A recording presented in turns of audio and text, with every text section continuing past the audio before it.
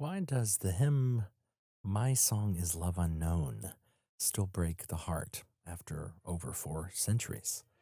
Well, stick around. We'll explore that on today's episode.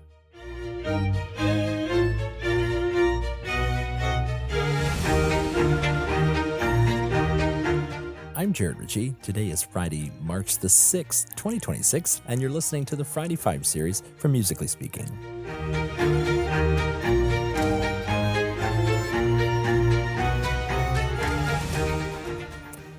Today, I want to recommend a hymn to you. As I mentioned, the hymn is titled My Song is Love Unknown. It's a Good Friday hymn historically.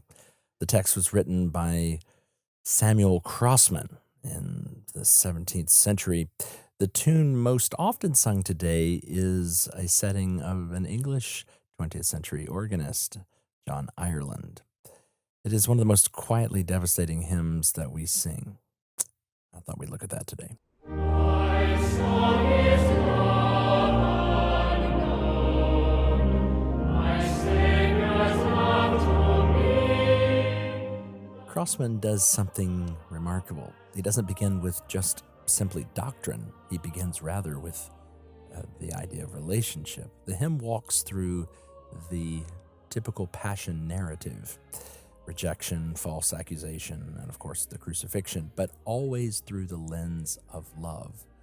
You could say love rejected, love mocked, love betrayed, and of course ultimately love crucified. It's theology, yes, but it's personal theology. And we're not merely observing the cross, we are brought into it. You could say we are implicated in it. What man made strange, and none alone for Christ would know. But my friend indeed, what my need his life did spend. This setting with that, but oh, my friend indeed, with that borrowed chord is absolutely very stunning and very moving. The setting here by John Ireland is restrained. It's almost fragile. It's not the first, of course, melody.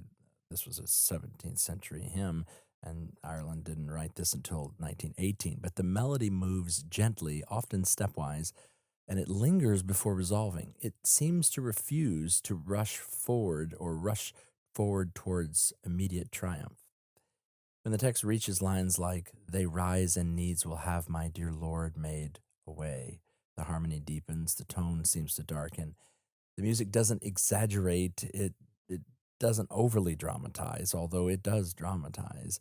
It simply allows the weight of the words to settle, and that restraint is what makes it powerful and moving at seasons such as these in Lent and ultimately in the Passion Week and Good Friday.